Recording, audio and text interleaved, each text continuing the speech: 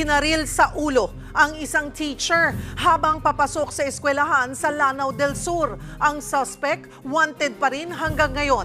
Para bigyan ng mukha ang balita, Mobile Journal, Kayla Makantan.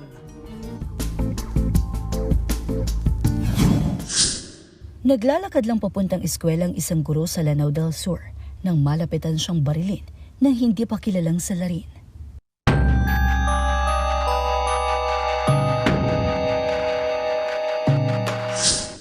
Nagluluksa ngayon ang buong Balabagan Trade School sa pagkasawi ng kanilang teacher Dan o Danilo Megs Barba nitong Lunes.